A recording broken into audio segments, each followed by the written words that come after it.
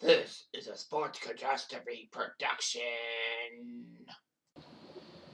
Hey there, Heather. Hello there. It's Jeff Curtin. Welcome you to the Sports Catastrophe on this day. And on this day, April the 1st, in the year 1997, Jeopardy and Wheel of Fortune decided, hey, you know what? Let's swap hosts. So Alex Trebek hosted Wheel of Fortune, and then Jeopardy was hosted by Pat Sajak with regular contestants. No. Obviously, it's an April Fool's joke. So anyway, here's the real one. Well, you can tell by the picture. Anyway, on April 1st, 1992, the NHL decided to do something that they had never done in their first 75 years of existence. And that's strike. Thinking, what the hell? So anyway, the 91-92 season was the 75th anniversary of the NHL existing. And, man, it was a great season for nostalgia and all that. Anyway, the San Jose Sharks, this was the first season they would play in the NHL. The Sharks were born out of the necessity that the Gunn brothers wanted to move the Minnesota North Stars to the Western United States, to the San Francisco area. However, the NHL said no, but they agreed, and Minnesota was sinking. So the Minnesota North Stars franchise was transferred to Norm Green, who then promptly, in '93, dumped them off to Dallas and had Minnesota not have NHL hockey for 7 years. And then the Sharks would become an expansion franchise, and the Guns would actually be the owners. San Jose admittedly did terribly. But the funny thing is, the Sharks were not really that bad. Compared to their 93 season, their second season, which was pathetic. In fact, John Sigler, this was the last time Sigler would be NHL president.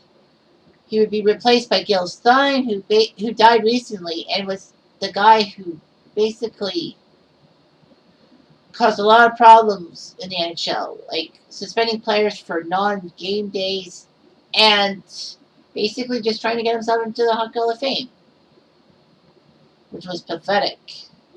Anyway, there was also a new rule. The NHL, when you had the last minute of play in each period that they showed the scoreboard clock, it was now down to tenths of a second, like 0.5, 0.6, whatever. It used to be just the whole second, but mostly because they figured some goals would be scored and all that. Also, within the league, is they decided to do something weird, and that's to have no goals were allowed if a player was in the crease of the opposing team and hindered the goaltender and all that. And also, they went with video review for the first time ever. Anyway, it was huge and all that. Throwback uniforms were worn by original 6 teams and all that. So the original 6 teams of Boston, Chicago, Detroit, New York, Toronto, and Montreal wore retro jerseys. The Bruins wore their 1930s style jersey with the brown bear and the Boston Bruins thing on it. The Blackhawks went back to the 1940s with their red and white stripes. Their black, red, and white striped jerseys with the Blackhawk crest. The Red Wings wore 1928 jerseys with Detroit on the front. Montreal wore their 1926 jerseys, which they didn't have numbers on the sleeves. The Rangers wore their 1940s jerseys when they won their first Stanley Cup. When they won their last Stanley Cup, until 1994 that was, and the Leafs wore jerseys from the 1940s.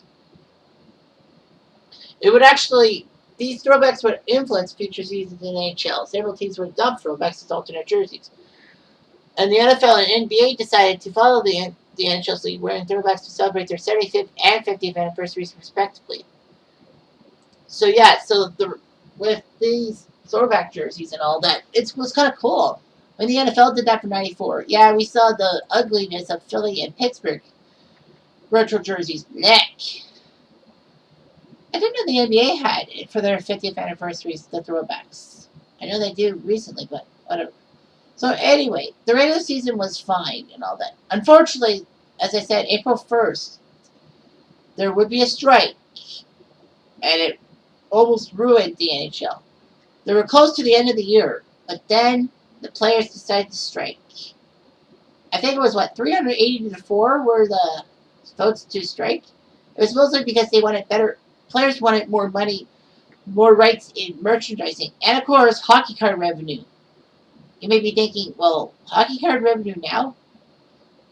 I don't understand. But yeah, the early 90s were a time for people to go nuts and buy like baseball and hockey cards and all of that. A lot of my card sets in the early days of collecting were from the 1991 season. Of course, you know, the hockey card revenue fad was just huge, and the players wanted more say to that. So they decided to strike. Fortunately, though, on April the 10th, just hours before they could potentially have ended the season, the 92 season, without a champion, without playoffs, there would be movement afoot, and the NHL did not strike. Thank goodness for that, because this was one of the worst times to strike. Well, players kind of knew it was going to happen because then they had the leverage because of it being so late in the season. Fortunately, though, the games that were postponed because of the strike were not canceled; they were just rescheduled. And for the first time ever, the NHL had to play in June to make up to those games. The 92 playoffs saw Pittsburgh win the Stanley Cup. So anyway, the hockey card revenue was huge and all that. Although it's not much nowadays, but I mean, back in '92, the players needed to use for their player likeness and all that. I mean, I don't disagree with that.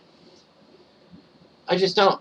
Anyway, this would be a team NHL strike compared to the ones in '95 and '04. So, whatever. Anyway, I'm Jeff Diamond. I do.